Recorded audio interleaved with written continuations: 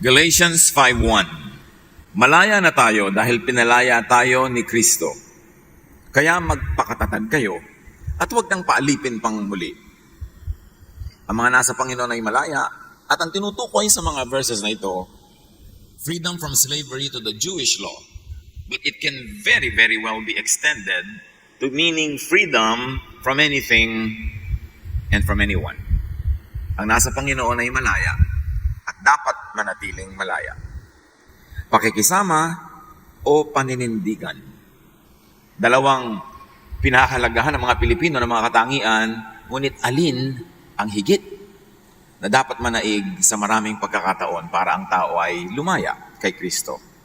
Panginoon, salamat po dahil kayo ang nagbibigay ng lakas, kakayanan upang kami magtipon-tipon, sumamba sa inyo, magpuri sa inyong pangalan, at humingi ng inyong pangangaral. Kayo po ang siyang mangaral ngayon, Panginoon. Ihanda niyo po ang aming isip at puso.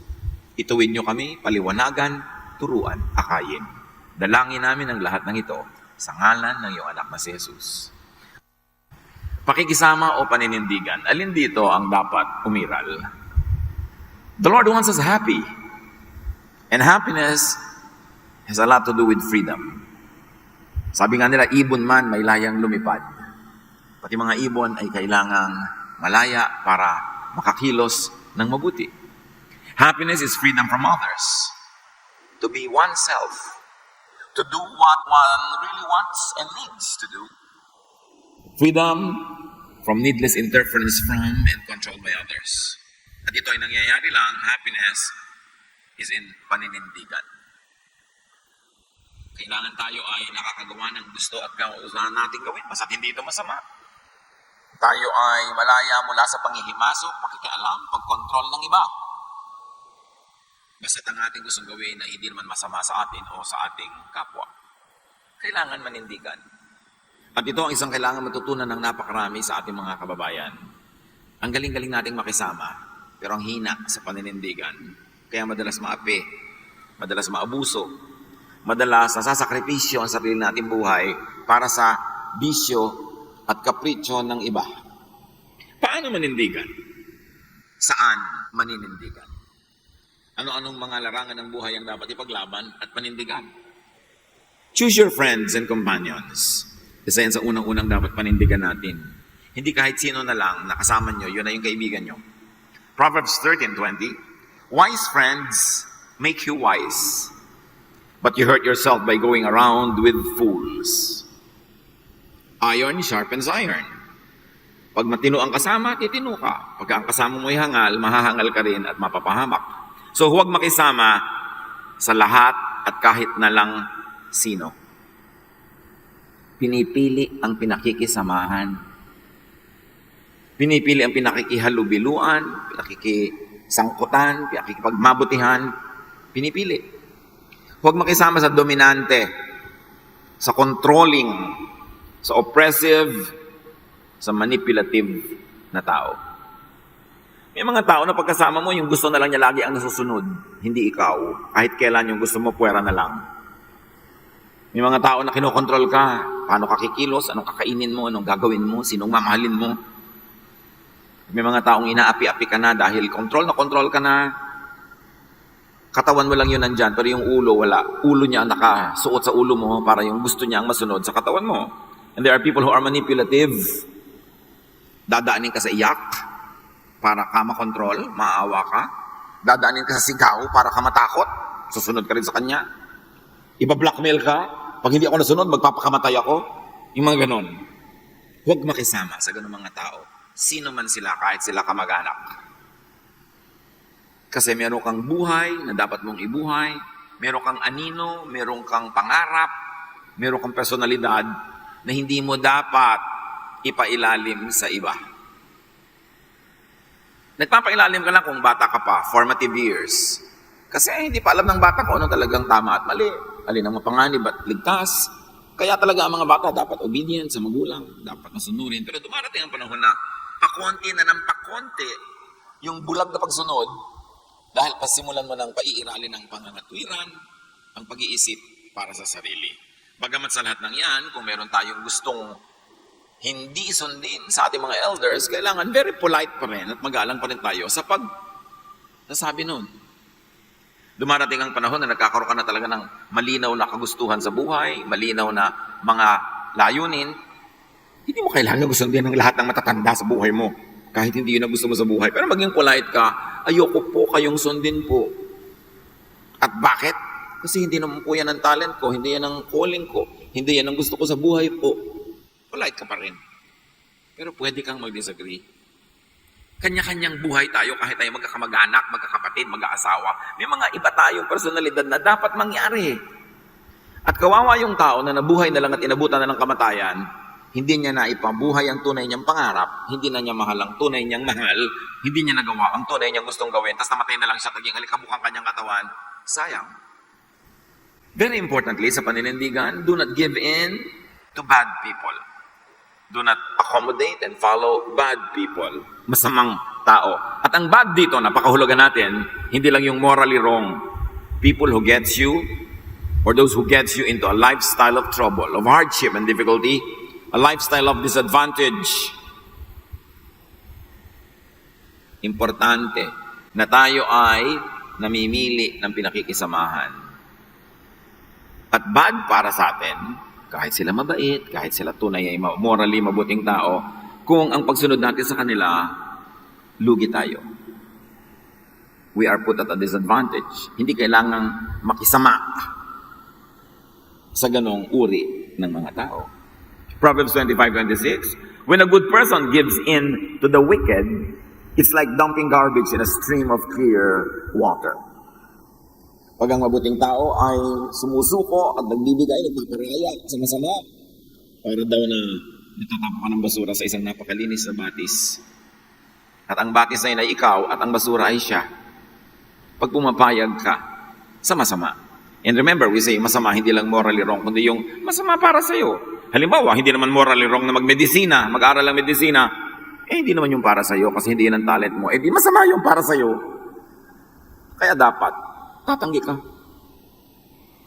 Mag-aaral ka ng medicine, hindi rin naman matutuloy kasi hindi bagay sa'yo. Later, ikaw ay medicine dropper. Kasi magda-drop ka rin eh. Hindi mabuti para sa'yo. Although mabuti sa iba. Psalm 1:1 and 3. God blesses those people who refuse evil advice and won't follow sinners. Pag evil ang advice, no matter who the advisor is, don't follow. Hindi lahat ng advice ng matatanda maganda ha. Hindi lahat ng advice ng mga edukado at marunong ay maganda. So pipiliin mo.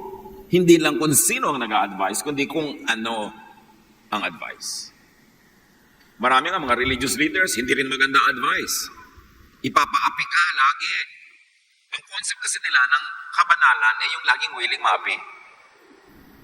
Kaya lugi ka pag nagpa-counsel ka sa isang religious leader na ang kanyang paniniwala ay napakalaking kadakilaan ang magpaapi. Yung babae ka na ginugulpi, pinapahirapan, inaabuso, kinakawawa ng asawa mo, tapos ang i-advise pa sa'yo, magtiis ka at pasakop dahil lalaki siya. Yung mga ganong cultural readings, dapat ibagay sa panahon. Dahil nung araw, bawal din kumain ng alamang. Ba't kumakain ka na ngayon? Hindi lahat ng nakasulat ng unang panahon, effective hanggang ngayon. Sinasala kay Kristo, kay Jesus. That's why you use the Jesus filter. Sabi mo, advisor, bakit po niyo ko pinapayuhan na magtiis? Binubuhusan ako nung kumukulong mantika. Pinaplansya ang mukha ko, ginugulpi ako, binabalian ako, hinahagis ako sa hagdan. Tapos sa video pa rin yung verse na yan. Papasabayan kay Kristo? Nani yung babae nga na nahuli sa pangangalo niya, hindi ipinabato. Ako hindi nangangalo niya, ipinapabato niyo ako. Anong klaseng advice yan? So kailangan sa mga ganyan, paninindigan. Ito mga taong hindi nakikinig sa pangit na advice, they are like trees growing beside a stream. Trees that produce fruit in season and always have leaves. Those people succeed in everything they do. Sino ang laging matagumpay? Yung hindi nakikinig sa maling payo. Sila ang namumunga. Ikaw, likas na likas sa'yo na gusto mo magnegosyo, gusto mo mamuhunan, feel na feel mo talagang mapapaunlad mo yung negosyo. Darating ang kung sinong kontrabida sa buhay, makakamaluging. Na lang, mamasukan ka na lang sa City Hall, kahit may baha, may bagyo, may lindol, susweldo ka tuwing akinset katapusan. Hindi yun ang calling mo. Hindi yun ang good for you. In fact, it's bad for you. Pag may pangarap ka, tapos gusto kang i-clip ng mga iba, ang pakpak mo, gusto nilang itali, pigilin kang lumipad, huwag kang makinig. Meron noon, mga kabataan na gustong magpunta sa malayo para makipagsapalaran, pinipigil ng matatanda, sabi kung niyang pigilin, may pakpak yan, hayan yung lumipad. Ganun talaga. Huwag nating pigilin ng mga tao para sa ating pansariling kapakanan. Anak, huwag ka na lang mag-aral sa bayan o sa syudad. Dito ka na lang, samahan mo ako mag-araro. Well, hindi masama, pero hindi pinigil mo ang kanyang pangarap. Pinigil mo siya para sa iyong sarili. O sinamahan ka niya mag-araro, tapos tumanda ka at namatay. O ngayon, siya'y bata pa. Ano na mangyayari sa buhay niya?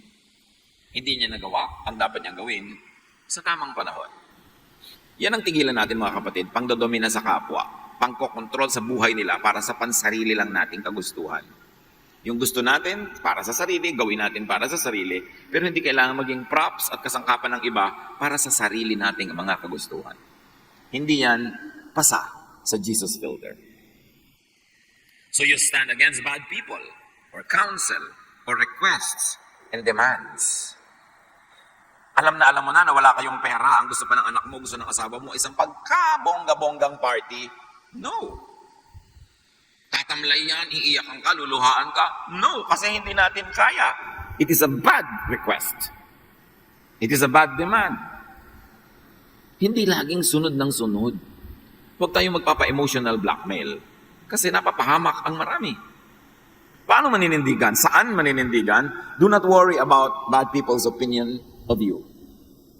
And again, yung bad is not the morally wrong, kundi yung bad for you ang gusto nila. Huwag mo silang pakinggan. Hayaan mo silang magreklamo tungkol sa iyo, pag-usapan ka, pintasan ka. Ang mahalaga, yung sarili mong buhay, in your own space and time, ay maayos. Ecclesiastes 7:21, don't listen to everything that everyone says. Don't listen to every comment. Lalo na sa Facebook. Gusto mong lumungkot sa buhay? Magbasa ka ng mga comment ng mga tao. 80% lulungkot ka.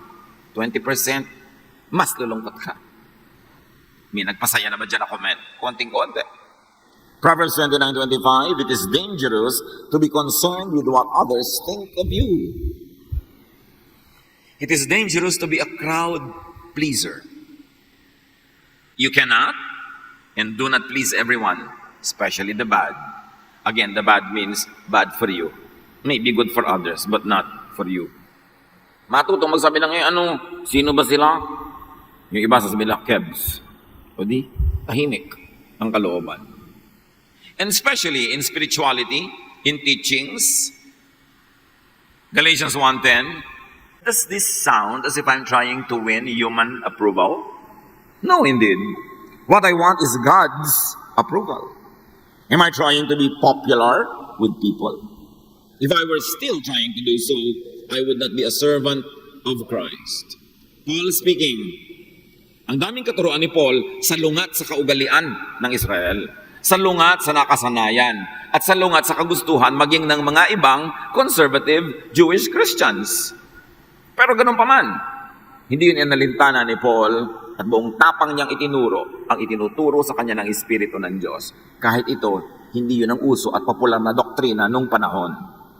That's a true prophet, a true visionary, a true sage. A wise person will contradict the world if the world is foolish. And if 1 billion people said a stupid thing, it's still stupid. Hindi mo kailangan maging crowd pleaser. Hindi dinadaan sa demokrasya ang karunungan, lalong-lalo ang kaliwanagan na nagmumula sa Espiritu ng Diyos. Hindi kailangan popularity ang habulin mo.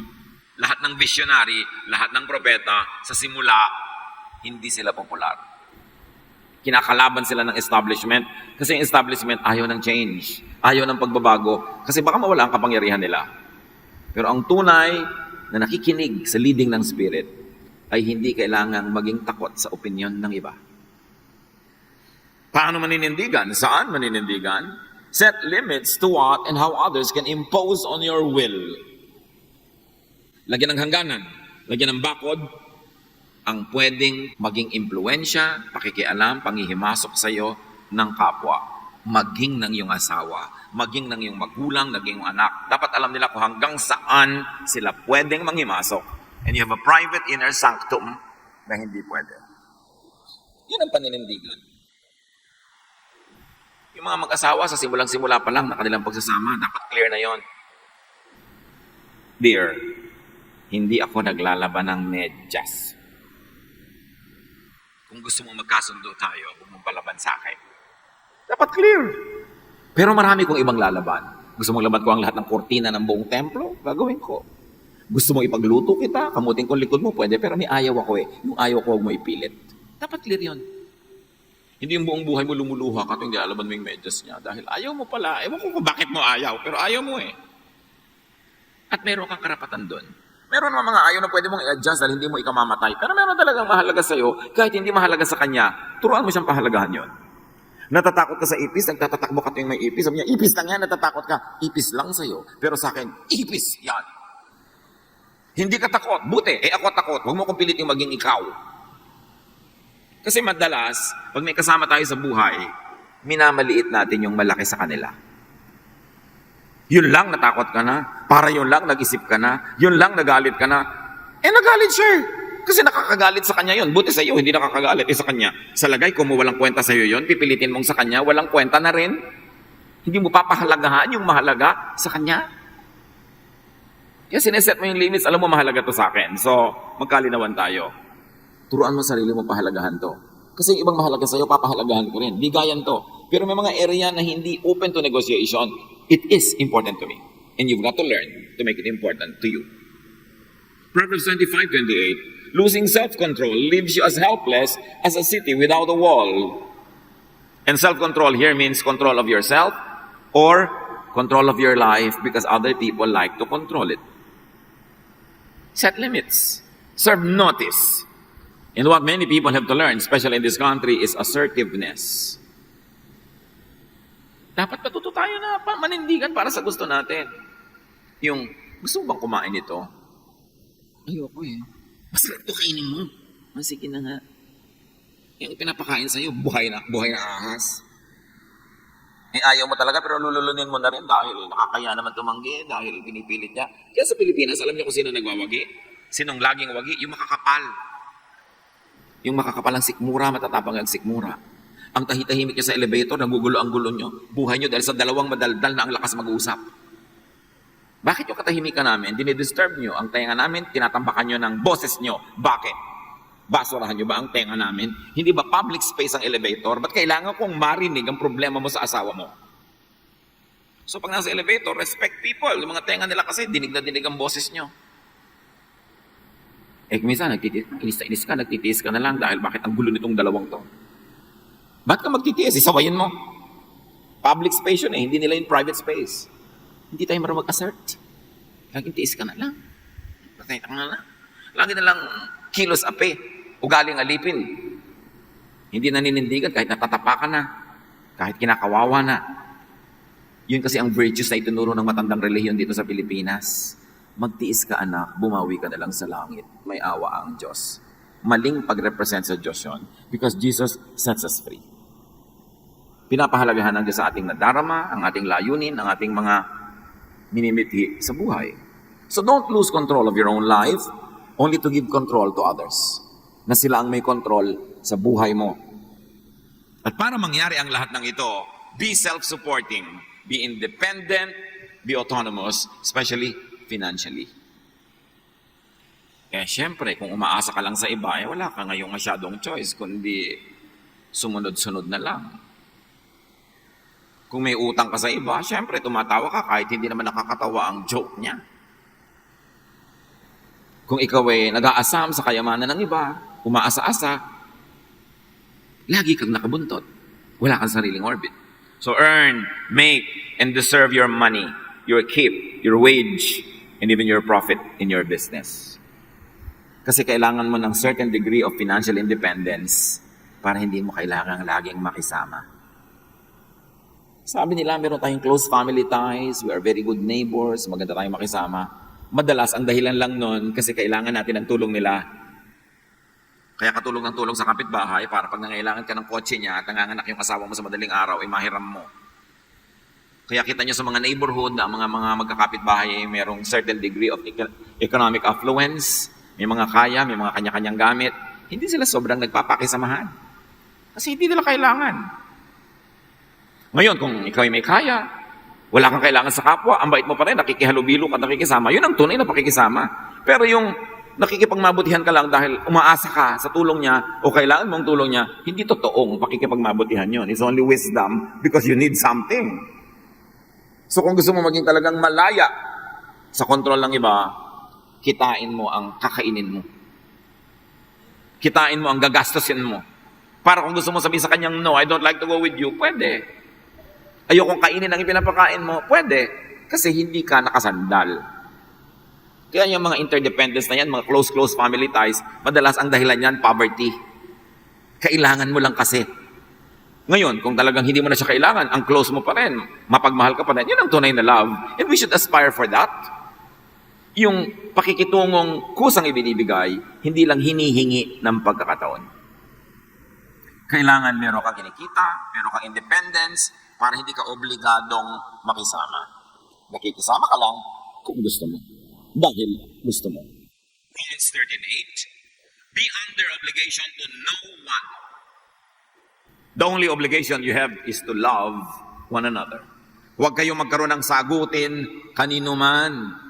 Huwag kayong umasa, huwag kayong umutang para hindi nyo kailangang makisama kung ayaw nyo.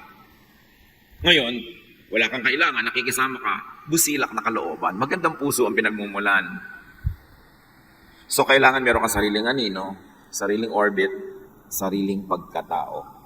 Kaya mahalaga at inuturo sa Bible, 6 days is your work, on the 7th you will rest. Ibig sabihin, magtrabaho ka, kumita ka. Huwag kang laging nagpapahinga. 1 day out of 7 lang ang pahinga. Hindi 7/7, at 24/7, nakapahinga ka. Kailangan mo talaga makisama nun. Kasi aasa ka sa iba. People of God, do not be enslaved by others' impositions. Be free. Gawin nating goal, maging malaya, manatiling malaya, at magpalaya rin ng iba. Kung ayaw mong kinokontrol ka, huwag ka rin mang-kontrol.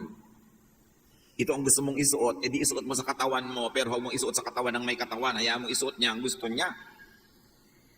2 Peter 2:16, you are free, but you must not use your freedom as an excuse for doing wrong, especially for controlling others. 2 Timothy 1:7, sapagkat ang espiritong ibinigay sa atin ng Diyos ay hindi espiritu ng kahinaan ng loob, kundi espiritu ng kapangyarihan, pag-ibig, at pagpipigil sa sarili. Hindi virtue na maging mahina ang loob to the point na kinukonsente mo ang mang-aapi dahil nagpapaapi ka. Kinukonsente mo mga dominante dahil nagpapadomina ka. Hindi ka nilikha ng Diyos para maging anino ng iba. You are wonderfully, powerfully, lovingly created by God. Huwag mong pagtaksilan ng Diyos sa pagtalikod sa kanyang disenyo para sa iyo dahil ang pinaiiral mo sa buhay mo ay yung gusto ng iba. Kailangan yung gusto ng Diyos ang mangyari sa iyong buhay. So do not personally impose on others, even if you could. Hindi ko mo pinapakain mo, tinutulungan mo isang tao, kukontrolin mo na. Ang Diyos nga, pakain tayo, nilikha tayo, pero hindi tayo kinokontrol, binibigyan pa tayo ng free will. Tayo pa, na nagbibigay lang ng konti-konti, paminsan-minsan, kukontrolin na natin ang kapwa. 2 Corinthians 12:14, ito ang ikatlong pagpunta ko riyan, sabi ni Paul, at hindi pa rin ako magiging pabigat sa inyo. Isa laging inuulit-ulit ni Pablo na tema sa kanyang mga sulat, pagpupunta siya sa mga churches, hindi siya pabigat. Ngayon, kung ano man ibigay sa kanya, nakusang loob, edi salamat, mabuti, pero hindi siya namimilit. Acts 15:10, now why are you trying to make God angry by placing a heavy burden on those followers? This burden was too heavy for us or our ancestors. Ang tinutukoy dito, mga religious regulations na ang bigat sundin, sabi tayo nga, hindi natin nasunod yan ipapasunod nyo pa sa ibang mga bagong mananampalataya ngayon. But of course, the meaning can be extended to every area in life. Huwag mong pabigatin ang buhay ng kapwa. The goal of Jesus was to give rest. Sabi niya, my yoke is easy, my burden is light. Si Jesus nga, pinapagaan ang dala natin, tapos tayo magpapabigat sa iba. Again, kaya mahalaga yung financial independence, yung magtrabaho ka, kumita ka. Kung kaya pa ng katawan mo, hindi ka masyadong bata o matanda o wala kang sakit. Sikapin mong tumindig sa sariling paa para hindi ka pabigat sa kapwa. Napakarami kasing pabigat. Kasi maraming martir. Bakit maraming pabigat? Pinapayagan ng mga martir. Nagmamartir sila. Siguro taga Cavite. Tracy Martires. Although iba yon, mga hero yung mga yon. Pero, bakit ka magpapakamartir dahil sa mga batugan mong kamag-anak? Bakit ka magpapakakuba at trabaho para bigyan yung mga tamad mong kapatid? Bakit ka magsasakripisyo na ng aga-aga niyang tumirengkek pagkatapos ikaw magpapakain ng anak niya? Bakit ka magsasakripisyo sa adik-adik mong kapatid? Hindi nag-aaral ang pinag-aaral, tatamad-tamad, ang dami-daming binuntis, tapos ikaw ngayon magpapagatas. Kaya maraming ganyan kasi kinukonsente natin. Maraming tamad kasi maraming sobrang makisama sa tamad. Kung may papakisamahan kayo, yung masipag, huwag yung tamad. Sabi nga ni Paul, if anyone does not work, let him not eat. Hindi siya nagtatrabaho, edi huwag siyang pakanin. Lagi tayo, give to the poor, give to the poor. Hindi masama, good yun. But why don't we start giving to the deserving? Yung nga magulang o yung kapatid mo, walang-wala, bigyan mo siya. Ako po na lagi nagtatrabaho, kailan niyo ako bibigyan? Ako na laging nagsasakripisyo. Kailan niyo ako iisipin? Talaga bang gagatasan niyo lang ako para sa mga kapatid kong mga batugan? Dapat tanungin niyo rin mga magulang niyo na gano'n eh. Yung mga anak na matitino, yun ang pinapabigatan lagi. Sa kanya tinatambak lahat ng problema, pinapasolve sa lahat ng problema. Nililikha ng mga magugulong mga ibang kapatid. Tama ba yun? Yan din ang dahilan kaya hindi tayo makaahon-ahon sa sobrang mga hirap. Napaka-konsentidor natin sa mga tamad at batugan. Laging binibigyan ng pabor. Iiyakan ka ng nanay mo, yung kapatid mo, tubusin mo na sa preso. 15 beses ko na pong tinubos yan. 15 beses na rin naurong ang kasal ko, inay. Nagka-losyang na ako. Dahil sa pagsasabi niyo sa aking alagaan ng mga kapatid kong ang daming anak kung saan-saan, nagpakasaya-saya, nagpakalunod sa mga kaligayahan. Ano bang klaseng hostisya meron kayo, inay? Dapat pinag-aaralan natin yung mga ganon, mga drama ng buhay. We should reward the good and discipline the bad.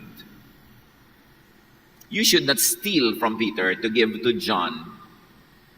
At madalas, ninanakawan niyo yung matino, hinihingan, kinikikilan para ibigay doon sa waldas. It is not godly. 1 Corinthians 10:29, why should my freedom be limited by someone else's conscience? Isa pa to. May taong sobrang moralista, na-offend pag ito suot mo, so hindi mo na lang isusuot. Na-offend pag tumawa ka, so hindi ka na lang tatawa. Na-offend pag masaya ka, so hindi ka na lang magsasaya. Set people free. Mahal nyo sa buhay, anak nyo, asawa nyo, set them free. Kahit yung asawa mo, hindi siya free dapat na makipagrelasyon sa iba. Kasama yun sa contract nyo eh. Pero free naman siya dapat na kung gusto niyang may free time, gusto niya may ganitong hobby, na hindi naman manganganib ang inyong personal and exclusive relationship, set them free. Hindi ka nag-aasawa para mangontrol ng kapwa. Nag-aasawa ka para maging blessing sa kanya. Acts 15:28, the Holy Spirit has shown us that we should not place any extra burden on you. Spirito ang nagsasabi, pabigatin ang buhay niya. Huwag mo siyang pahirapan. And also set people free from carrying your personal baggages. Pangarap mong hindi natupad, ipapatupad mo sa anak mo, iba naman ang pangarap niya. Yung katalinuhan mong napakataas, hindi naman abot ng iba, dahil iba naman ang uri ng katalinuhan nilang, ikaw naman hindi mo rin abot, huwag mong ipilit sa kanila. Yung panlasa mo, pananaw sa buhay, make it personal. Nung araw, kaya maraming nag-aasawa ng kay aga-aga, hindi naman dahil talaga nai-inlove eh. Gustong tumakas sa magulang. Kasi controlled na controlled, hirap na hirap, taling-tali, kulong na kulong. Ang nakikita lang nilang parang way out mag-asawa, yung pala mas grabing kulungan yung napangasawa. From the frying pan to the fire, ang nangyaring lipat. Nasa banig, lumipat sa sahig. Kaya pag kinokontrol natin, dinudumi ng kapwa, itinutulak natin siyang lumayo at tumakas. Kaya nga ang sabi ng isang cheesy poster, if you love something, set it free. If it comes back, it is yours. If it doesn't, it never was. It never was yours. At ang love daw is like handling a handful of sand. Squeeze, hold tight, and it slips through your fingers. Relax, and it stays. Ganon din ang mga tao. Gusto nating nandiyan sila sa ating tabi matagal, madalas, huwag nating sakalin. Huwag nating talian, huwag nating kontrolin, kasi ibon may layang lumipad. Yung kapwa-tao mo pa. 2 Corinthians 11:9, sabi ni Paul, I have not been a burden to you in the past, and I will never be a burden. Happiness is in paninindigan, seldom in pakikisama. It is being free from others, being free to obey God and God's will in your life according to God's design for you. And happiness is also in setting others free. Pag may pinapalaya ka, hindi lang siya ang lumalaya, ikaw din. Bakit? Pag itinali mo siya, hawak mo yung tali, pareho kayong nakatali sa isa't isa.